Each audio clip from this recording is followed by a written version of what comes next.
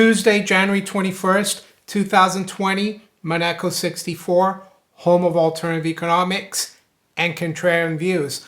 I'm a little later today, a few hours later. I don't think it really matters. Had a few things to do this morning. Today, I want to talk about the Bank of International Shenanigans, or the Bank for International Settlements, the BIS in Basel.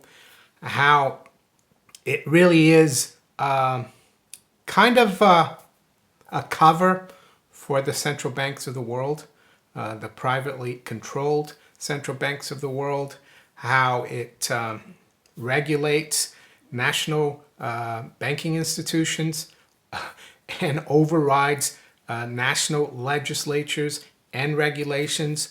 I'm going to reference a really good YouTube channel called Best Evidence, John Titus's YouTube channel. He doesn't do too many videos, but he's done a really good video about how the BIS, how the Financial Stability Board, which is like an international regulator for the too big to fail banks like HSBC, like JP Morgan, Goldman Sachs, how they're actually tied in to the BIS. They come out as if they weren't part of the BIS, the FSB, but even the person who runs the FSB is usually one of the presidents or governors of a central bank. I think right now it's a New York Fed guy who is the head of the FSB, if I'm not mistaken.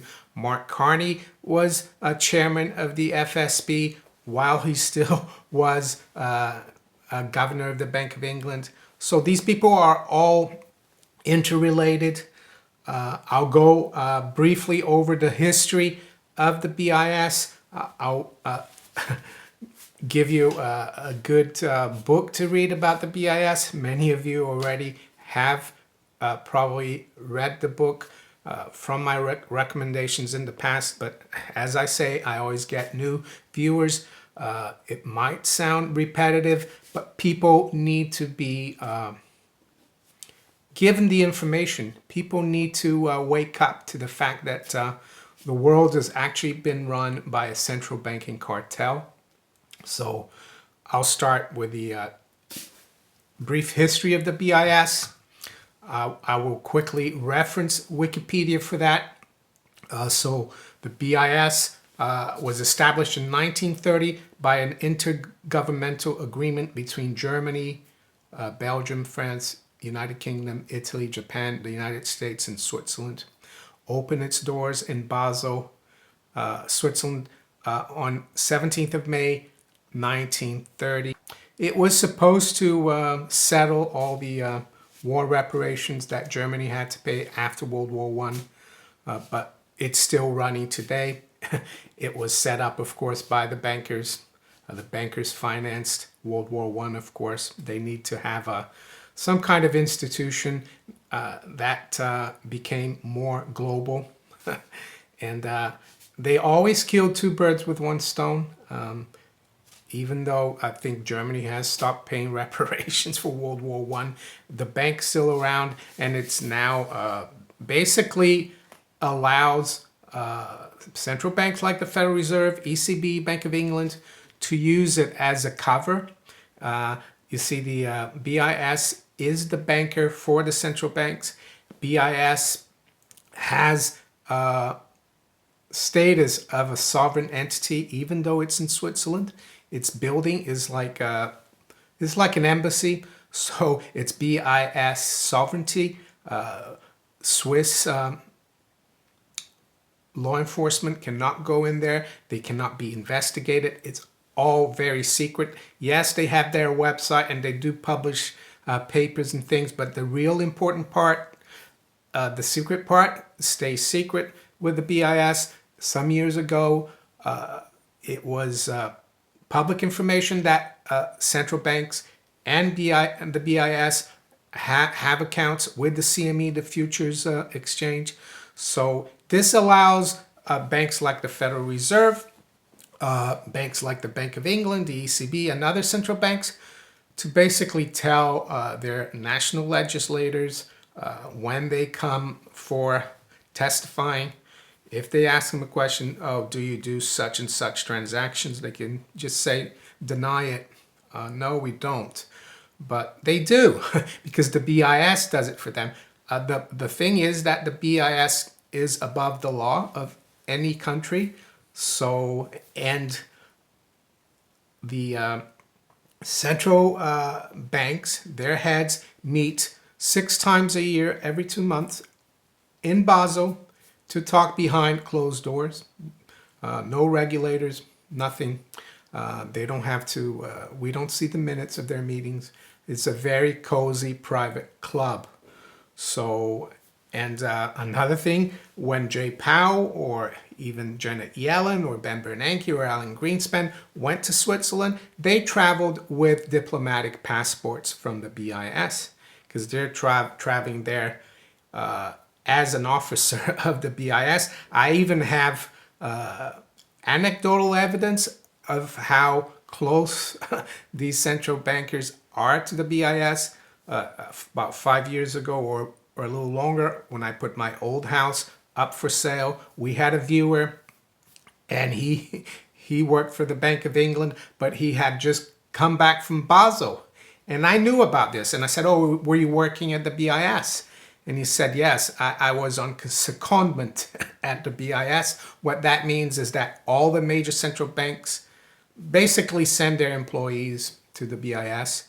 They pay them to work there, and then they come back, and it's like they keep sending them. So basically the BIS is run by the central banks. It's a very cozy club. As I said, I'll go over briefly some of the interesting parts about this book. I won't go through the whole thing, or I could be here for hours, but it's The Tower of Basel by Adam Libor. You might be able to find free PDFs online, or you might just want to buy the book. It says The Shadowy History of the Secret Bank That Runs the World. The most amazing part of this book is how Adam Libor talks about how during World War II, the central bankers for the major countries that were involved in the war, they were all working together. And that means the Reichsbank official at the BIS was there, the Bank of France official, the Bank of England official, Bank of Japan official, Bank of Italy official. Technically, the US did not have an official there from the Federal Reserve, but there was a banker from JP Morgan. So here we have World War II, major war, biggest war ever, a war for the survival of democracy of the West. And at the same time, we have bankers from the different factions that are fighting each other, allied and axes, banking together in Basel. Quite amazing. That to me shows that the bank should not be in business anymore. Should be this treaty should be abolished. They tried to do that at the Bretton Woods Conference. The Norwegian delegation, give them credit, wanted the bank liquidated and shut down. But our good old friend, John Maynard Keynes, or Lord Keynes, blocked that motion. He was heading the British delegation at Bretton Woods. The other point I would make is like how the BIS and the central banks are very closely related to the intelligence world. If you look at the first president of the BIS was a guy by the name of Gates Magara. Not sure if I'm pronouncing that correctly. He was a New York banker. And why is that important? Well, he was president from 1930 to 1933. His grandson went on to become director of the Central Intelligence Agency, Richard Magara Helms. He was CIA director from 1966 to 1973. So you can see how these things work, how the globalists are very well, they've got all the right strings attached, I would say. So what about the FSB? Well, Basically, it's the Financial Stability Board. It's a part of the BIS. It's marketed as a international regulator, but it's basically the BIS, which is a sovereign entity, as you all know. And I highly recommend the video by John Titus. Best Evidence is his YouTube channel. And I'm going to put the video above in the cards and the link below in the description. And it's All the Plenary's Men. Basically, he goes through why HSBC a few years ago was let off, even though they were found to be guilty of dealing with Mexican kingpins, drug kingpins. They're found guilty of dealing with companies that were breaking the rules in terms of sanctions to other countries, and all they got was a slap in their hands from the regulators. They were fined. The Department of Justice in the United States dropped the case, and the reason why is because because HSBC is one of the too big to fail banks, and the BIS is in charge of them. And John Titus does a great job of explaining how the mechanism works, how basically the BIS took over the case from the United States, even though HSBC broke the law in the United States. They had no power to prosecute HSBC, and it was the BIS who forced them to drop the case. And I would argue as well that that's one of the reasons why banks like JP Morgan or Bank of America or Goldman Sachs, they never get prosecuted. They always get fined. Well, because they're part of this international cabal, which is protected by the BIS and the FSB and the central banks. I've recently started subscribing to the Solari report. I got her latest report the other day, and with it came this addendum. And it says JP Morgan Chase, selected legal, regulatory, and enforcement settlements 2002 to 2019. It's amazing how much they've paid in fines, but they've never been prosecuted. And that's why, because they're part of this too big to fail or significantly important banks. And I think it's what can we do about it? Well, all we can do is learn about the fact that there is a bank like the Bank for International Shenanigans or Bank for International Settlements out there, who is basically in charge of the banking system in every country, even though they're not elected officials. The legislators in the UK, in the US, everywhere in the world, they've got no power over the BIS. I'm not going to go through all the fines here, but it's really huge. All let's see how many pages we've got here. I mean, over 20 pages of fines. It's in the billions. I mean, just turning to one here, mortgage-backed securities investors, 2013 November, Department of Justice Residential Mortgage-Backed Securities Working Group. Some paid $13 billion. So there you go. That's one of them. There's many others.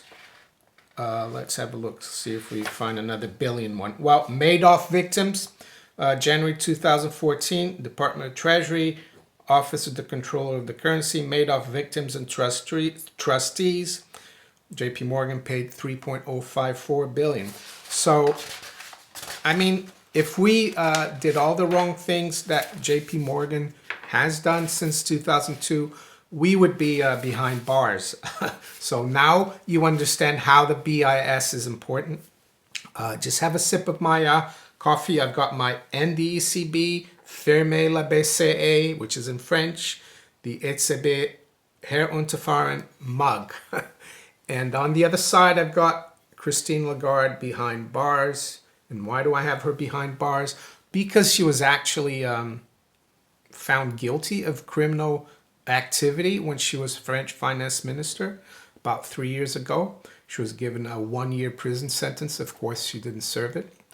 She went on to keep working as the head of the IMF, and now she's president of the ECB. You can find this in my Teespring store, maneco64. Anyway, so that's the BIS, very shadowy, secret bank, disguising now as a regulator, keeping, running as like worse than OPEC, I would say, just as bad as OPEC. It's a cartel of central banks protecting the big international banks. Who's behind them? Well, that's not the point of this video. The point of this video is to wake people up to the fact that the BIS is very important, and they need to try to expose them, try to talk to their representatives, their senators, their members of parliament to look into this bank. So with that, let's quickly look at the markets. So it's almost midday London time. So it's almost 7 a.m. Eastern time. Earlier this morning, I saw that gold was doing very well. We got up almost to 1570, but I think maybe, there's a little bit of manipulation, but I also think it's going to take a little while for gold to consolidate after the big move we've had the last few weeks or a month or so, from like 1480 to 1610. I think we're just consolidating before we move higher. What about silver? Some people feel that I don't cover silver that much, but I do, and silver is going to do just as well. And it's a bit frustrating right now. I would say silver is very undervalued right now. Does that mean I'm going to sell my gold to buy silver? No. I just try to buy as much gold and silver as I can, and it's up to the individual to decide if they prefer silver or gold, not me. So right now, we're down about 5 in gold, 1555.70. The low's been 1551, and the high has been 1569 overnight. Silver is at 1799, down about 7. Range has been 1816 to 1791. The stock market has been a little bit under pressure. Earlier today, when I looked at it, it was down about 150. Some people are attributing this to this virus that's broken out in China. Who knows? The Dow right now is down 88. The Dow future, 29,259. It's about 70 points off the lows, so it's rebounded.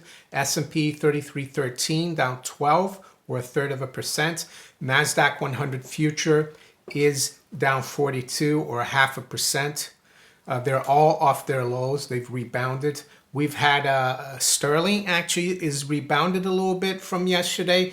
I did do a video about sterling looking to be vulnerable, and I still think it is, even though we've gone up about 1/3%. We're at 130.60. We had some jobs data in the UK. They look good, those jobs statistics, but I think it's more manipulation. I don't think the economy looks that great. I think we need to wait for some more data that are coming out later this week. Euro is up 0.1%, 111.06 at 111.06. The dollar is down 0.1 versus the yen, exactly at 110. And the dollar's rallied almost 2/3% against the yuan. It's at 690.54. Crude oil is down almost 2%. WTI at 57.76. Brent is down 1.6% at 63.55. The 10-year yield is down 3 basis points at 180. So there you go.